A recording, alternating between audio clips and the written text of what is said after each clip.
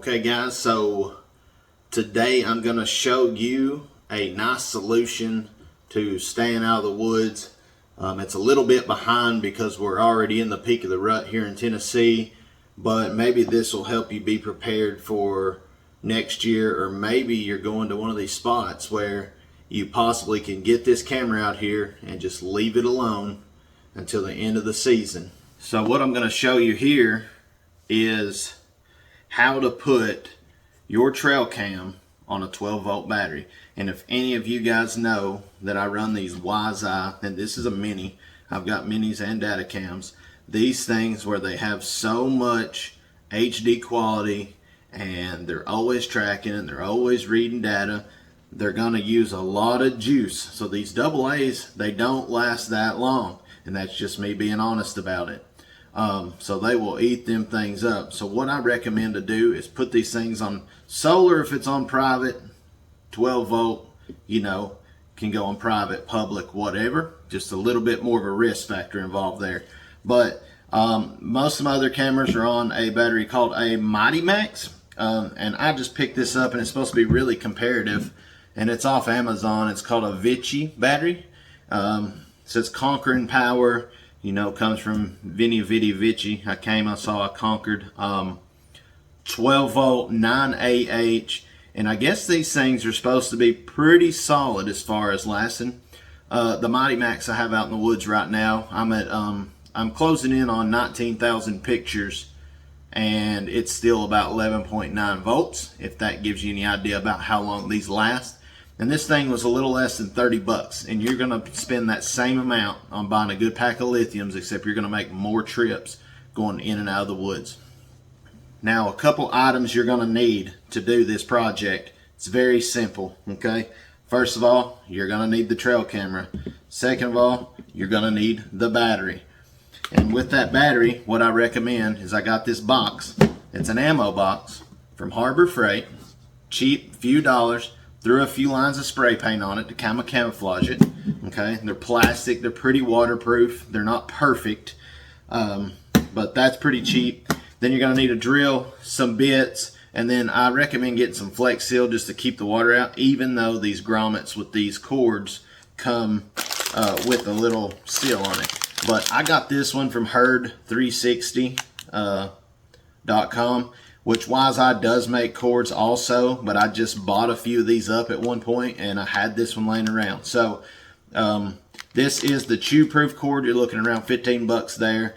So really, all in all, you're going to have about 40 bucks in this whole setup, but you're not going to have to go back and visit your camera over and over, and you don't want to make sure you keep that SD card on loop. You may not have to go back to it all year. You can just have that thing out there running. It's going to be a lot better for your success. Okay, so the first thing that you're going to do is open the box, check it out inside, make sure it's pretty clean. Every once in a while, I'll take like an old shop rag and put in the bottom, just because if there is any moisture, anything that runs in here or gets in here by chance, then it'll kind of soak it up a little bit. I did learn something from previous installs, not to drill into the top lid, even though it seems convenient just to have the cord here so you can pull it up and go to the camera. But I found out that one got a lot more water in it than the others.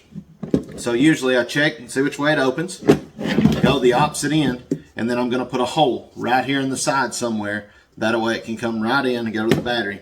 Now these cords already come with the ends already on them.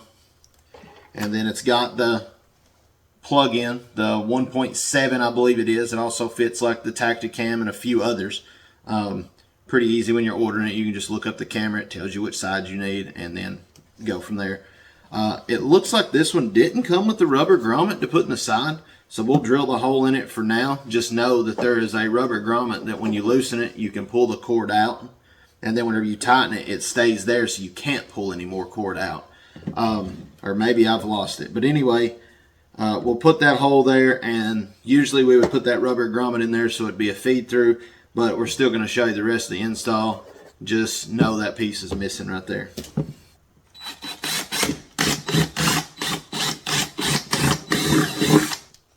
Now imagine you can use a step-up bit, but I like to do this slow. That way I would rather it be a little too small and work my way up rather than, you know, try to fill that gap back in with Flex Seal.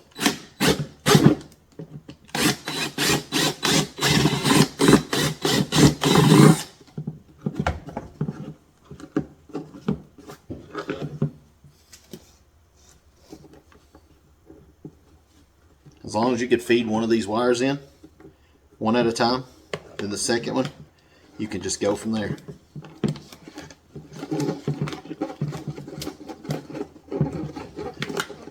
And typically you would put that rubber grommet there and a nut on the back side so it just feed right in, which we'll come back later and we'll do. But for the sake of the video, I'm just showing you how simple this is. So now you see we just got a tail, and it's going to pull out, go to the camera, and then right here's where the Flex Seal would come into play. As once we put that rubber grommet on there, we'll Flex Seal around it just to kind of double reassure ourselves that it's not going to get water and stuff inside. That way we can pull this cord in and out. Boom. And then labeled black and red. Pretty simple.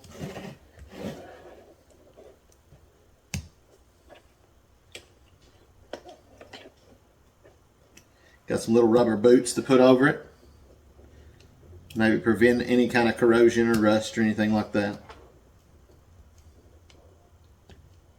The good part about these batteries is that you can recharge them. So once they die, you go grab them, recharge them, or buy you a couple batteries and just have them swapped out, because once the box is there, all you got to do is come to the box and swap it out. And that right there is your 12-volt setup. I mean, it's that simple. And then where it would go typically, you know, or on the Y side there, usually in the bottom, or they have one on the side, somewhere close to that kind of central zone of where they're going to plug in. But I mean, it's right there. That's how it would plug in. It would mount to the tree, and that's the whole setup right there. It's that simple. You're looking, like I said, less than 40 bucks, or you can spend 30 on a pack of lithiums and go to your camera every few months. I highly recommend doing this, especially with the Y-Side, because they take so much juice.